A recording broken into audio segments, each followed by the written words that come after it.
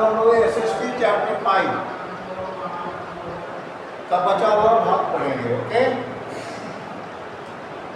चलिए कल हम लोगों ने, इससे पहले हम लोगों ने गुजरात तक पढ़ लिया था।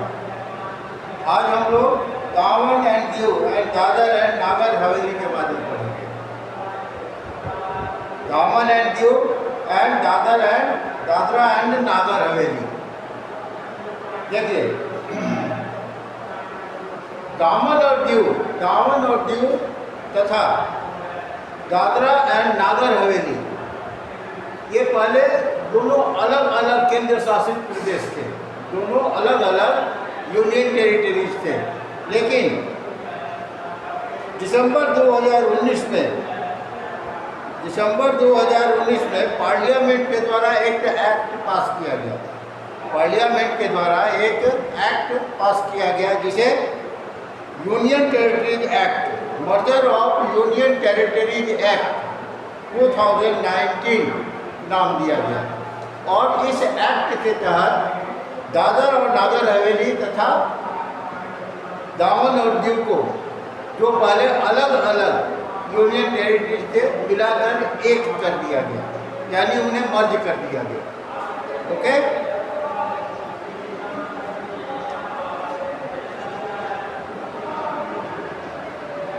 दामन was declared its कैपिटल। दामन को इसकी राजधानी घोषित की गई। दामन को इसकी राजधानी घोषित की गई, यानी दामन एंड दीव और दादरा एंड नागर हवेली का संयुक्त रूप से कैपिटल घोषित किया गया। Under the Merger of Union Territories Act 2019, Daman and Diu and Dadra and Nagar Haveli, which were two separate union territories, were merged into one unit. Dadar और नागर हवेली तथा दामन और दीव, जो पहले अलग अलग दो केंद्र शासित प्रदेश थे, उन्हें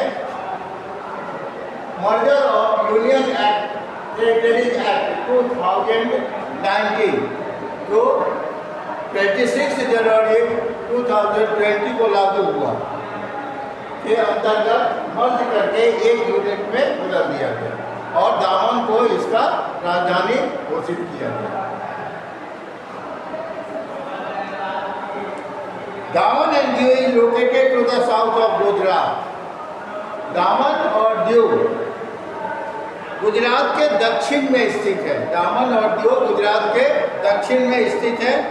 it was liberated from Portuguese rule in 1961। देखिए, दामन एंड दीव, दादरा एंड नागर हवेली, गोवा, ये सभी पहले पुर्तगीज शासन के अधीन थे। यहाँ पुर्तगालियों का शासन था। 1961 में दामन और दीव पुर्तगीज शासन से मुक्त हुए। Goa, Daman and Diu were one union territory. Goa, Daman और दीव एक ही यूनियन टेरिटरी थे।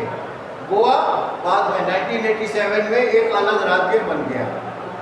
पहले गोवा, दामन और दीव, ये तीनों एक अलग यूनियन टेरिटरी थे, जिसमें गोवा को 1987 में अलग राज्य का दर्जा प्राप्त हो गया। Fishing is the main occupation.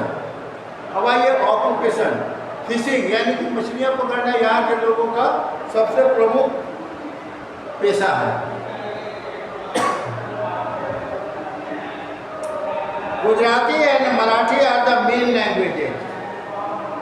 Gujarati और मराठी यहाँ बोली जाने वाली सबसे प्रमुख भाषाएं हैं।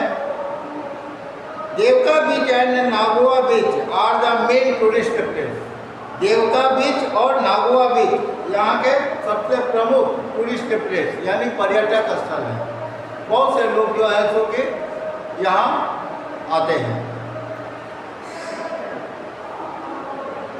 Dadar and Nagar Haveli lies to the west of Gujarat. Dadra और नागर हवेली गुजरात के पश्चिम में स्थित है। दादर और नागर हवेली गुजरात के पश्चिम में स्थित है। Silvassa is the main town that lies on the coast and attracts a large number of tourist. Silvassa यहाँ का सबसे प्रमुख शहर है। सिलवासा यहाँ का सबसे प्रमुख शहर है जो समुद्र तट पर स्थित है, और बड़ी संख्या में पर्यटकों को अपनी ओर आकर्षित करता है। बड़ी संख्या में पर्यटकों को अपनी ओर आकर्षित करता है। It was liberated from the Portuguese rule in 1954। यह पुर्तगीज शासन से 1954 में स्वतंत्र हुआ। लिबरेटेड का मतलब होता है स्वतंत्र होना। यह 1954 में पुर्तगीज रूल से स्वतंत्र हुआ। Gujarati and Hindi are spoken here. यहाँ गुजराती और हिंदी बोली जाती है, यानी हिंदी और गुजराती यहाँ की सबसे प्रमुख भाषाएं हैं। Bhili and Bhilodi are the local dialect. Bhili और भिलोडी यहाँ की स्थानीय भाषाएं हैं। भिल्ली और भिलोडी यहाँ की स्थानीय भाषाएं हैं। Main occupation is farming and rice and ragi are the main crop. Main occupation is farming. यहाँ के लोगों का सबसे प्रमुख पेशा खेती करना है, और rice and ragi are the main crop. Rice और रागी यहाँ के सबसे प्रमुख फसलें हैं। चावल और रागी यहाँ की सबसे प्रमुख फसलें हैं। अब आइए Goa.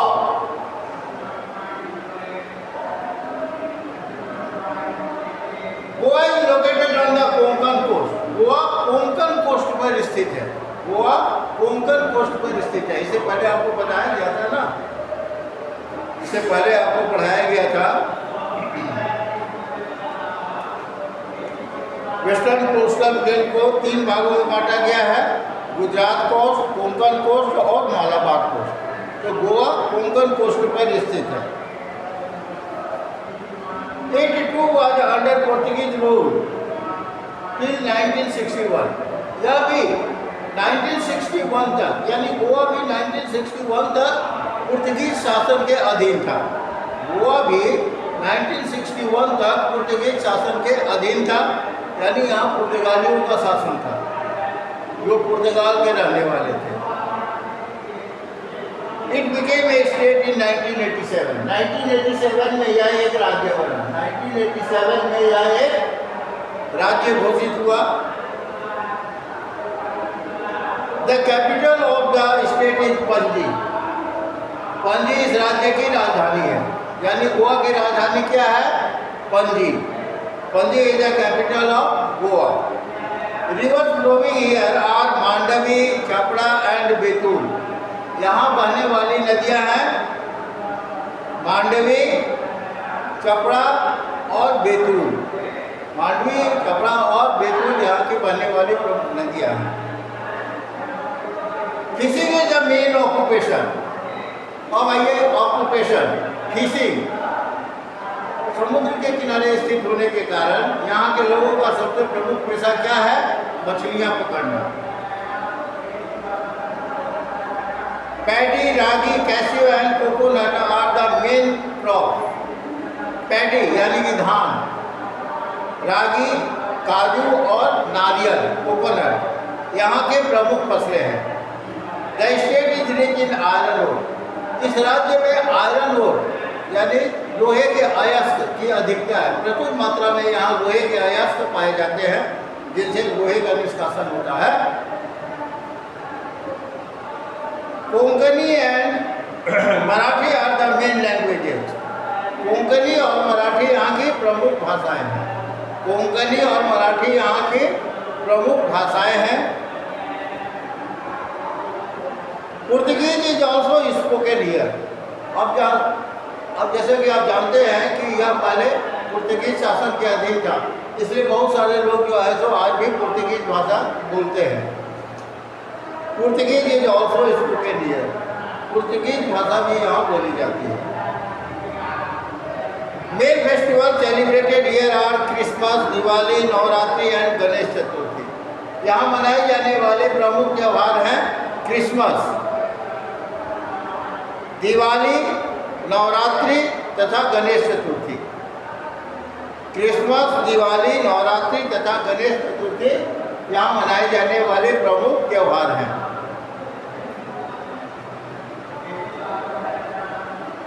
Famous places in Goa include the Mahalakshmi Temple and the Basilica of Boom Jesus. अब आइए फेमस प्लेसेस के बारे में जानते हैं। गोवा के प्रमुख पर्यटक स्थलों में महालक्ष्मी टेम्पल और बेसिलिका ऑफ बूम जीसस सबसे प्रमुख हैं।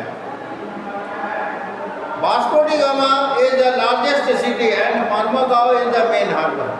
वास्को डी गामा यहाँ का सबसे प्रमुख शहर है और मर्मगांव यहाँ का सबसे महत्वपूर्ण, सबसे प्रमुख हार्बर यानी बंदरगाह है। Goa is famous for its carnival which is held every year in the month of February. Goa का कार्निवल पूरे देश में प्रसिद्ध है। गोवा का कार्निवल जो प्रति वर्ष फरवरी महीने में मनाई जाती है, पूरे देश में फेमस है। It was introduced by Portuguese. इसका परिचय इन पुर्तगीज द्वारा कराया गया था, पुर्तगालियों द्वारा इसका परिचय कराया गया था। On this day youth parents with bands and dances are organise. इस दिन एक विशाल परेड निकाली जाती है बैंड और डांस के साथ, मतलब गाजे बाजे और डांस करते हुए एक विशाल जुलूस का आयोजन किया जाता है। अब आइए Kerala. In the extreme south of the western coastal planes lies the beautiful state of Kerala. अब आइए पहले केरला की स्थिति के बारे में जान लेते हैं। In the extreme south of the western coastal planes, western coastal planes के एक्सट्रीम साउथ में, मतलब बिल्कुल दक्षिण में, केरल एक सुंदर प्रदेश है। Its capital is Thiruvananthapuram. इसकी राजधानी तिरुवनंतपुरम है। What is the capital of Kerala? The capital of Kerala is Thiruvananthapuram. It is located on the Malabar coast. Kerala Malabar coast पर स्थित है। केरला मालाबार कोस्ट पर स्थित है। Kerala is also known as the God's own country. Kerala को ईश्वर का अपना देश भी कहा जाता है। क्यों कहा जाता है?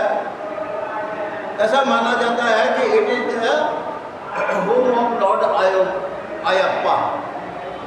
ऐसा माना जाता है कि लॉर्ड अयप्पा का यहाँ घर है। लॉर्ड अयप्पा कहा जाता है कार्तिकेय को, और यही कारण है कि केरल को गॉड्स ऑन कंट्री भी कहा जाता है। Kerala receive heavy rainfall. Kerala में हेवी रेनफॉल होता है। केरल में अत्यधिक वर्षा होती है। और आप यह भी जानते हैं कि हमारे देश में मानसून सबसे पहले केरल से ही प्रवेश करता है।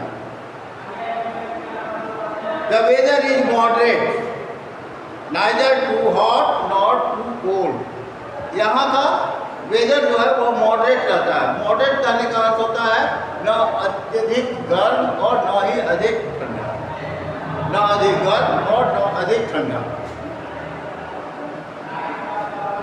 Farming and fishing are the main occupation. अब आइए लोगों का पेशा। तो farming and fishing are the main occupation. Farming यानी कृषि और मछलियाँ पकड़ना यहाँ के लोगों का सबसे प्रमुख पेशा है। The backwaters of Kerala are very famous. Backwaters of Kerala, Kerala के बैकवाटर्स काफ़ी फेमस है। बैकवाटर कहा जाता है लेगून्स को, और लेगून्स के बारे में आपको पहले बताया गया था। Lagoons are small salt water lakes separated from the main sea, है ना। जो मुख्य समुद्र से अलग होते हैं। They attract large number of tourist, ये बड़ी संख्या में पर्यटकों को अपनी ओर आकर्षित करते हैं। Rice is the staple food, rice यानी चावल यहाँ के लोगों का सबसे प्रमुख भोजन है। Rubber, coconut, coffee and spices are the main crop. Rubber, coconut, coffee और स्पाइसेस, मसाले यहाँ की प्रमुख फसलें हैं। Cashew and coir are the two traditional industry. Traditional कहा जाता है परंपरागत। कैश्यू यानी काजू और क्वायर कहा जाता है नारियल के रेशे को क्वायर कहा जाता है। तो काजू और नारियल के रेशे से बनी वस्तुएं, ये दोनों यहाँ के दो परंपरागत उद्योग है। अब आइए लोगों का पहनावा। Women wear sari blouse and men wear mundu shirt.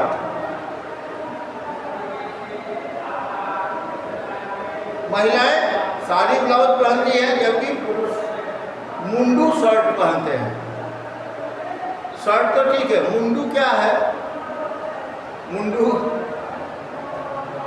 जैसे धोती को केवल ऐसे लपेट लेना ही, वो वही धोती या लुंगी जो यहाँ लोग पहनते हैं ना, तो उसी धोती को कोहरा करके और लपेट लेना, ये मुंडू होता है। ये और वहाँ का परंपरागत जो है सो ड्रेस है। वहाँ के पुरुष मुंडू और शर्ट पहनते हैं। Malayalam is the main language while the staple diet is rice and fish. Malayalam यहाँ की सबसे प्रमुख भाषा है, जबकि चावल और मछली यहाँ का सबसे प्रमुख भोजन है। Onam is the main festival. Onam यहाँ का सबसे प्रमुख त्यौहार है। Kathakali and Mohiniyattam dances have themes from the Mahabharata and the Ramayana. देखिए, कथकली और मोहिनी अट्टम ये दोनों जो है सो केरल के दो क्लासिकल डांस फॉर्म है, और ये दोनों जो है सो रामायण और महाभारत के थीम पर आधारित है।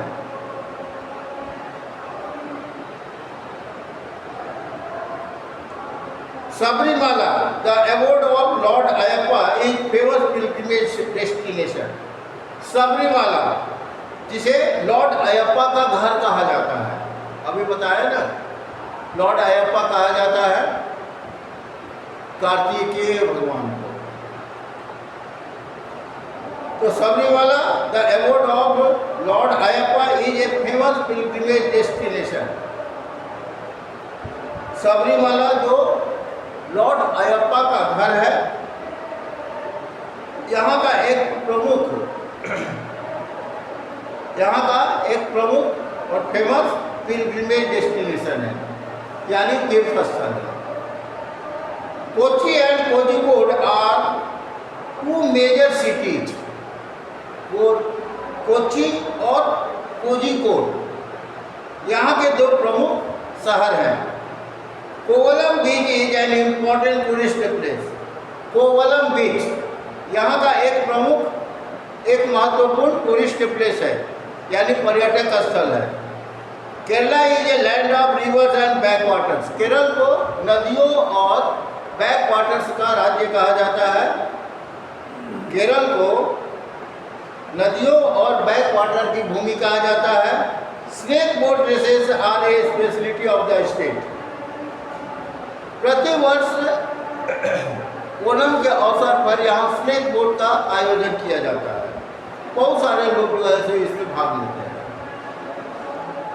तो स्नेक बोट रेस जो है वह केरला का एक स्पेशलिटी है।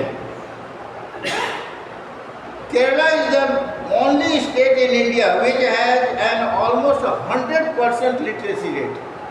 केरल भारत का एकमात्र ऐसा राज्य है जहाँ 100% लिटरेसी रेट है, यानी 100% लोग शिक्षित हैं।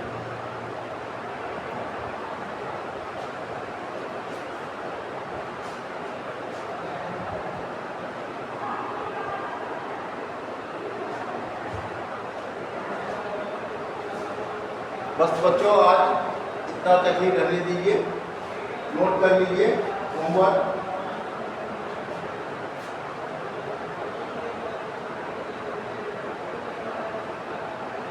Right and learn,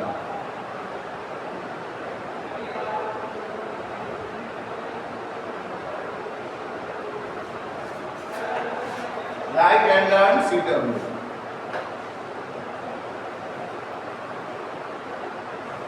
Okay, bye.